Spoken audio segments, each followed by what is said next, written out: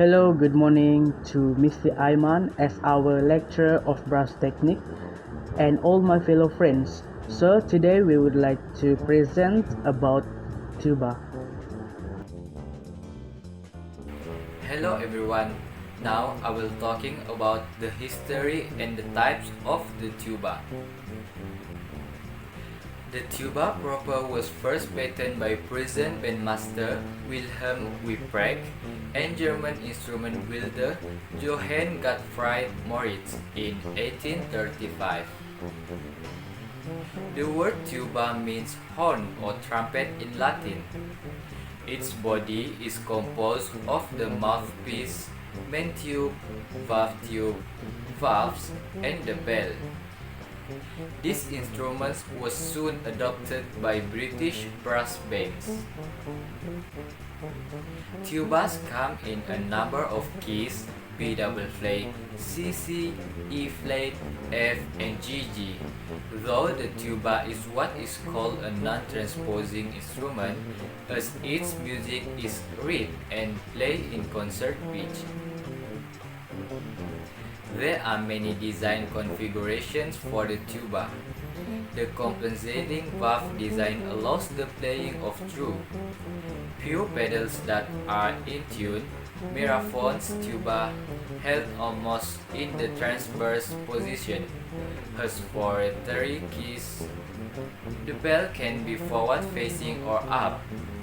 They can have up to 5 valves, either in line or with the extra 2 strategically placed for the left hand. Bell diameter can vary from 37 to 74 cm. They can be built of brass that is often electroplated with silver, nickel, or copper, or they can sometimes have bells of plastic or fiberglass.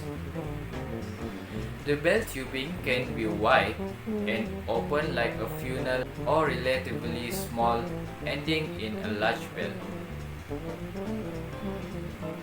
Though the tuba has a conical bore, its profile is not that of the bass saxhorns, which are members of the cornet pistons. It's called cornopian or valve bugle family. The tuba has a wider conical bore profile and deeper cup mouthpiece. There are 12 different types of tubas and divided of 2 categories, which is basic types and specific types. For the basic types, there are 3 types of tuba, such as marching tuba, sousaphone, and upright tuba. For the next category is specific types, has 9 more types, such as baritone horn, bass tuba, contrabass bugle, euphonium, helicon tuba, saxhorn, sousaphone, subcontrabass tuba, and Wagner tuba. Thank you. Okay guys, let's move on to our next topic, which is about parts and maintenance. In the tuba instrument, we need to know what is in parts the tuba instrument. First of all, this tuba consists of a main body, a valve, a bell, and a mouthpiece. All parts are made of brass in a variety of drawing, hammering, and bending operations. That means it is useful to have a basic understanding of the various parts of tuba. That's why when we use terms like valve and water lock, you know exactly what that means. Let's look at the picture. In the side we know that parts body instrument of the tuba. Okay, first is mouthpiece. The function mouthpiece is the place where A enters a tuba and making sound. Next is lead pipe. Lead pipes the function is transfer air to the valve. Next, tuba body, the piping that makes up the tuba, that means minus the valves. Next is bell. Bell is the opening of the tuba through which sound pass into the air. Next, valve. Valve create different pitch for the notes play on the tuba. Next, valve piping. Valve pipings are through which air is directed when the air is pressed. And next, water care. Water care allows the tuba player to drain moisture from the interior of the tuba. And then, main tuning slide. That means main tuning slide have a function that is adjust the length of the tuba piping for tuning. And next, valve side. Website, it means adjust the length of the valve piping in order that in tune of the tuba. Okay, next we also must know to keep our tuba. Let's see how to keep the tuba from facing any problem or damage. First is avoid denting the tuba. That means think of your tuba as your child. You must know where it is at all times. But keeping track of your instrument, you're more likely to avoid accidentally bumping it into music stands, dropping it on the floor, or letting it fall out of its case and onto the floor. Although many dents can be removed by a professional, some of the more safe dents can actually affect the way your tuba sound. If you do notice dents on your instrument, avoid trying to remove them yourself.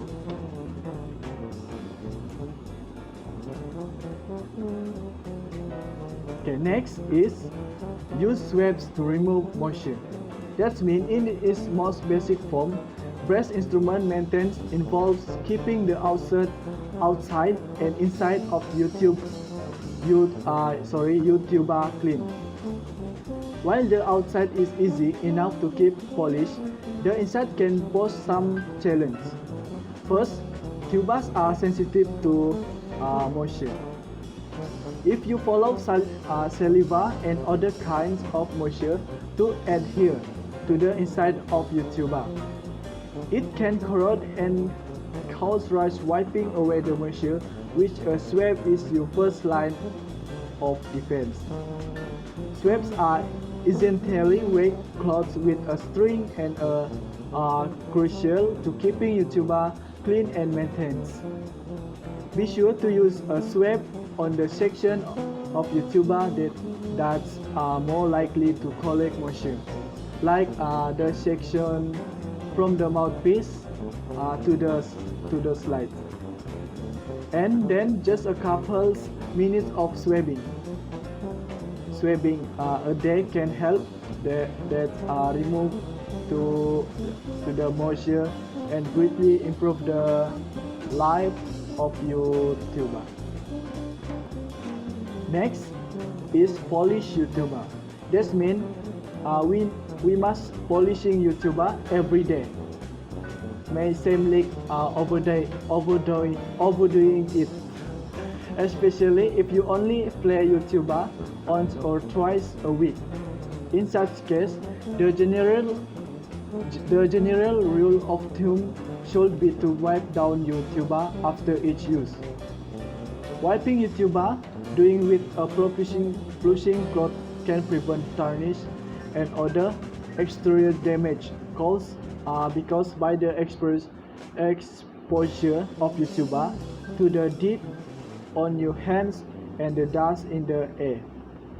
With that in mind, some tarnish is to be expected.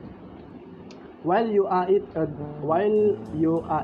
drain the moisture in your tuba by pressing the water cage and blowing a stream of air through the tuba to drain any moisture that may be present. Next, number 4, clean your mouthpiece.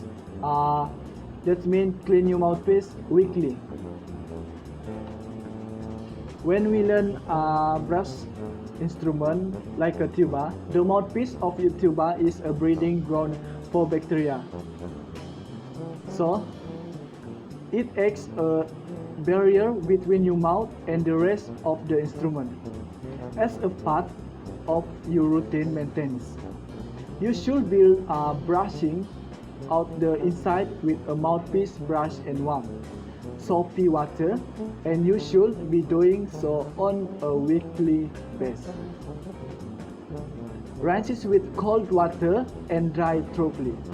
After each you should rinse the brush and remember to remove the mouthpiece and place it protective pouch when not in use. If you notice a wet smell whenever you let your instrument sit for a few days without playing, get into the habit of brushing your teeth before you play. The last of the parts how to keep your tuba is oil the valves and grease the slide. That means when oiling the valves, it's best to do so in the comfort of your own home. If you oil your valve in a busy room, it's more likely that someone will bump into you, causing you to drop dead or otherwise damage the valves. Oil the valves on at a time, applying 3-4 drops of oil to each valve. As far as frequency goes, don't oil the valve every time you play. Okay? Instead, oil them a few times a week or whenever they start to feel particularly sluggish. To avoid the hassle and cost of an acid bath, a professional repair shop get into the habit of keeping your slide well greased. Use a specialist slide grease and always be sure to wipe off the excess. Being able to use the fourth valve increase the possibilities available to you, so there is no reason not to use it. Furthermore, some tubas have 5 valves. Let us also take a look at the fingering. Since the 5th slide can lower the pitch by 4/3 of a tone in some case, or by 2 tones in other. Okay. So we look at the slide. As we can see on the picture, one fingering for the lower notes may change depending on the tuba make or model. To slide 1 and slide 4 fully open. To slide 1 almost fully open. That means even with 4 valves, fingerings change with compensating system. Although it is possible to produce high or lower notes than shown with this fingering, you will need to consult an advanced player manual or ask your teacher to help you if you have some problem to learn. For some tonal range of different makes model may produce better pitch there. Okay guys, let's move next slide. As we can see, next slide is we can see the picture is how to fingering and play your tuba instrument. What we can see in the picture is the finger position for how to hold the tuba and play it. And we can see the picture the next to man playing the tuba by way of a standing position.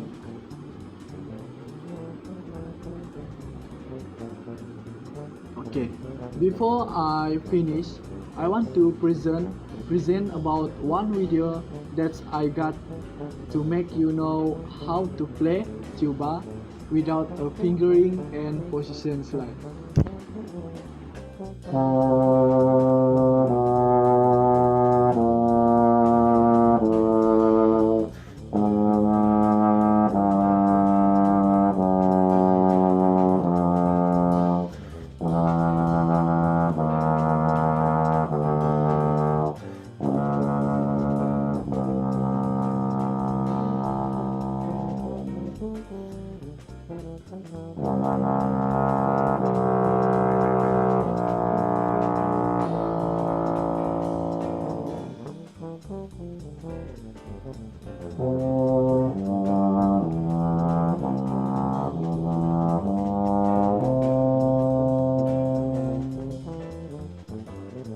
So that's all from me. Thank you very much. I am Defron Rumumbut, methodic number D2020-109-4047. Today, I would like to discuss about pitch and range versus concert pitch and posture. Orchestral tubas play at concert pitch regardless of the pitch of a particular instrument. In the British brass band tradition, E-flat and B-flat tuba are written in treble clef. The E-flat tuba sound one octave sixth below the written notes, while the B-flat tuba sound 2 octaves lower than written.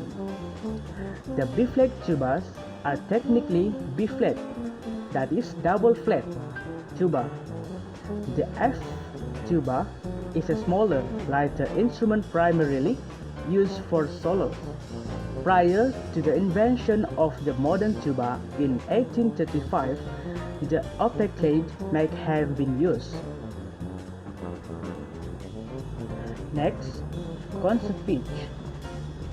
Play sheet music written in G clef, transposed for E-flat tuba. This means when the sheet note says C, it is really the tone E-flat in natural concert key. Let us check the picture number 1. These notes read and sound as the first note is E, second note is D flat, C, B, and the last one is B. The second pictures transpose for E flat tuba. The note number 1 is C sharp, B flat, A, G sharp, and the last one is G sharp also. Next, posture. Posture means our position in playing tuba. Posture is very important for tuba player.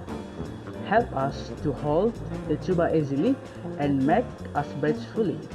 There are 2 postures of playing tuba. The first one is standing up, the second one is sitting down. Stand up straight, yet suckle with both feet planted firmly on the floor and shoulders width apart.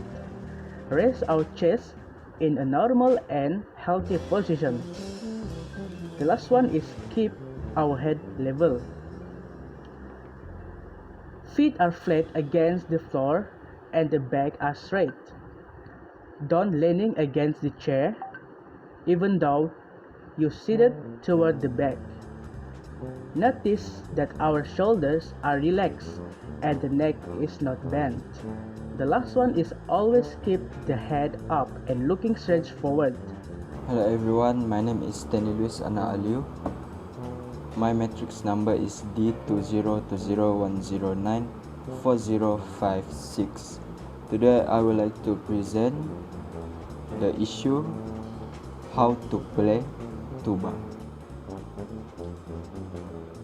Learning how to play tuba can be a fun and exciting adventure, but becoming comfortable with the larger than average instrument can be hard, especially for those who are new to the instrument, younger students, or those who feel they may be too small to handle the instrument.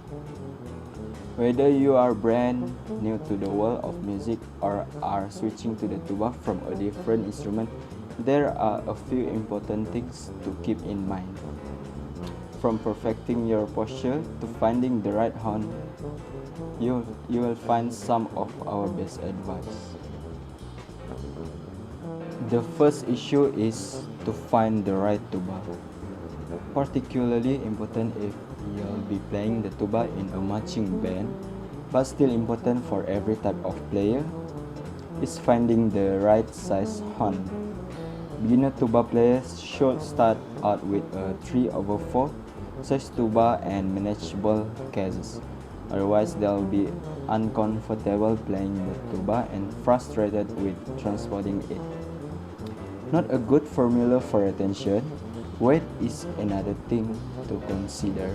While modern tubas typically weigh less than 30 pounds, it's not uncommon for older instruments to weigh 50 pounds or more. By paying attention to both size and weight, you should be able to find a horn that won't wear you out.